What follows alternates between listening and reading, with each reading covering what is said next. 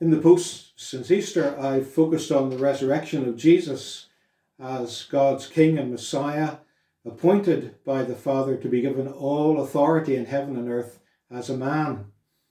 And in the context of the present global and national crises, I was applying this to how Christians should be engaged in authoritative prayer for the world and all events. In the Lord's Prayer, this is represented when Jesus teaches us to pray, "Your will be done, Father, in earth as it is in heaven," through the rule of Jesus reigning in heaven now. This is the basis of praying with authority and intercession. Christ is King over all. But in the next phase of hymns, I want to move on to another aspect of Jesus' role as King, not as King over all, but as King who reigns for us as his people. And this moves us more from prayers of intercession to prayers of supplication, coming to him as our King for everything we could possibly need.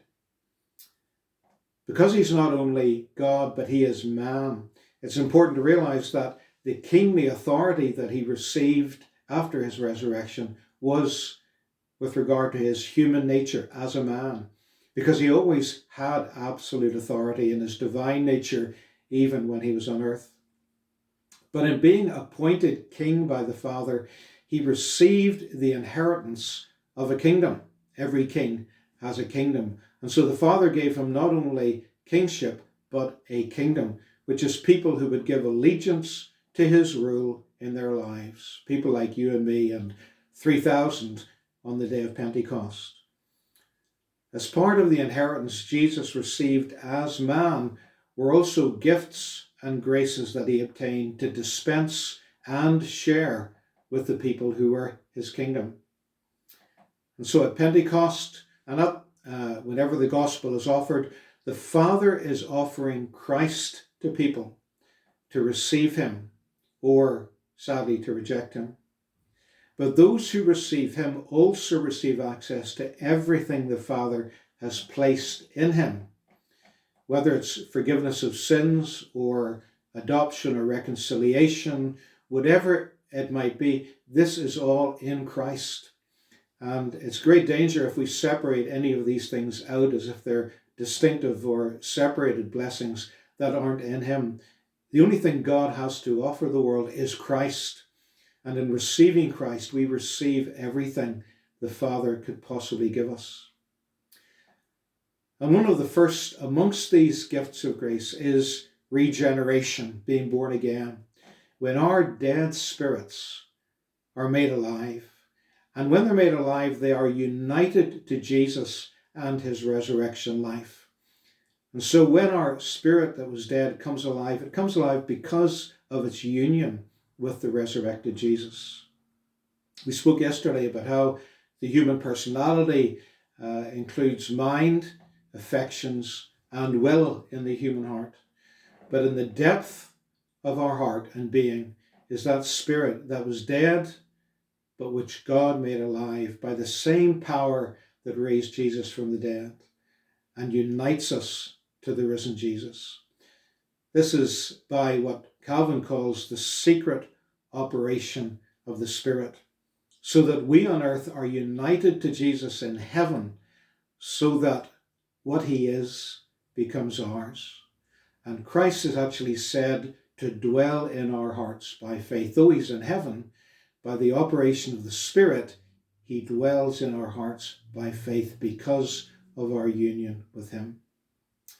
In other words, through this gift of faith that Christ creates in us by the Spirit's power, we're able, as it were, to draw down from heaven all the Father has placed in him for us.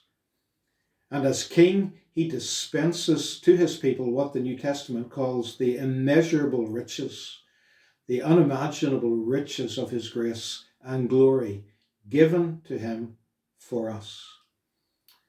All these gifts that are in Christ and gifts of Christ are expressed in the promises of God that are in the book. And that's why Paul says that all the promises of God in Christ are yes, because they've all been placed in him to be drawn down through faith in him.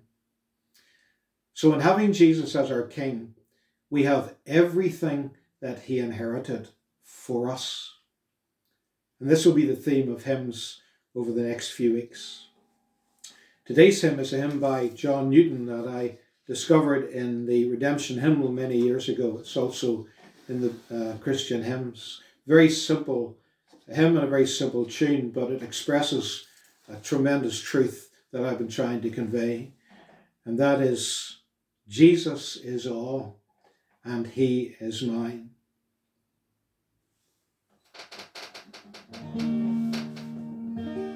Why should I fear the darkest hour, or tremble at the tempter's power? For Jesus is my soul's high tower. Though hot the fight, why quit the field? Why must I either flee or yield, since Jesus is my mighty shield? Earthly comforts fade and die, others may weep, but why should I? Jesus still lives and will provide. If all the flocks and herds were dead, my soul of famine need not dread, for Jesus is my living bread.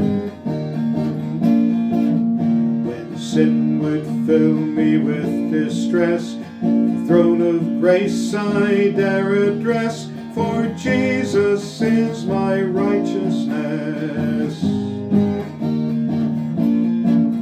Though faint my prayers and cold my love, my steadfast hope shall not be moved, while Jesus intercedes above. Against me earth and hell combine, but on my side is power divine. Jesus is all and he is mine.